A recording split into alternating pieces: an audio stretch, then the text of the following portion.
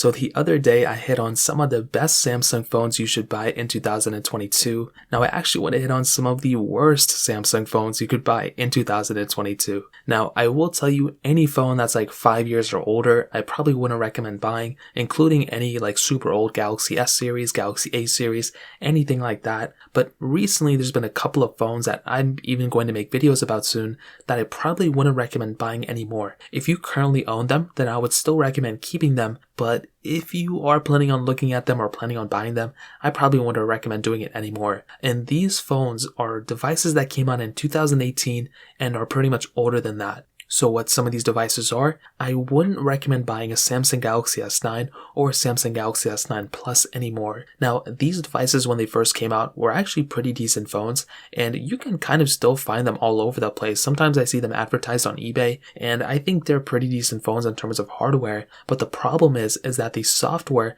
is fairly outdated, and that's the problem. This thing stopped getting software support at One UI 2, and although it's still kind of getting security updates, with One UI 4, which is just coming out, it's a pretty big update. I mean, it brought a couple cool things, but with security and with newer features and everything, you're really not getting that on the Galaxy S9, which is a pretty big unfortunate thing, and that's including the S9 Plus. Now, the other thing to keep in mind is that the Galaxy S10 actually did end up getting an extra year of software updates, so the difference between an S9 and an S10, there was actually a pretty big difference between them. So I will tell you, if you have a Galaxy S9 or S9 Plus, you can still keep it. But if you plan on buying them, I would highly recommend updating these iPhones for sure. Another phone that I would probably recommend not buying this year from Samsung is the Samsung Galaxy Note 9. This is another phone that, pretty much came out a while ago too, in 2018. And this was one of my favorite Note phones that ever came out. It had a lot of capability and I'm in love with this phone. But unfortunately, much like the Galaxy S9, the software is already kind of outdated. With One UI 4 coming out,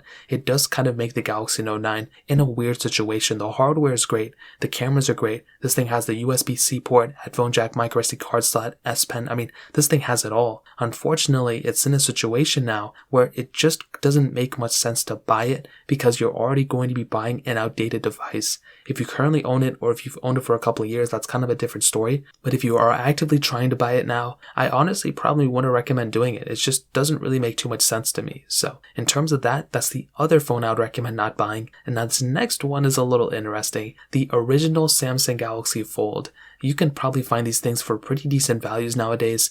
This was the first, folding phone from Samsung, which was amazing. However, mostly because of the hardware defects that happened, especially with it only being sold in the used market, I probably wouldn't recommend buying these phones anymore. I would recommend buying the newer folds like the Z Fold or the Z Fold 3. This specific Samsung Fold, it just doesn't make too much sense to buy it. And the main reason for that is because this was the first folding phone from Samsung, that this had a lot of problems when it first came out. And I feel like less and less people have actually gotten the chance to buy this original Galaxy Fold, and because of that, it just doesn't make too much sense to buy it. I would recommend buying the newer folds or even the newer flips, but the original Samsung Galaxy Fold, I probably wouldn't recommend buying this year either. So in terms of that, those are the phones I probably wouldn't recommend buying this year. If you want to buy some phones I would recommend this year, links are down in the description. You can get them from there and help support the channel at the same time. If you guys have any other questions or anything like that, let me know in the comment section as well. Hit the like button, that would mean so much, but definitely hit that subscribe button. More importantly than everything else, I love every single one of you guys. Hopefully I'll catch you guys in the next video. Peace out till then.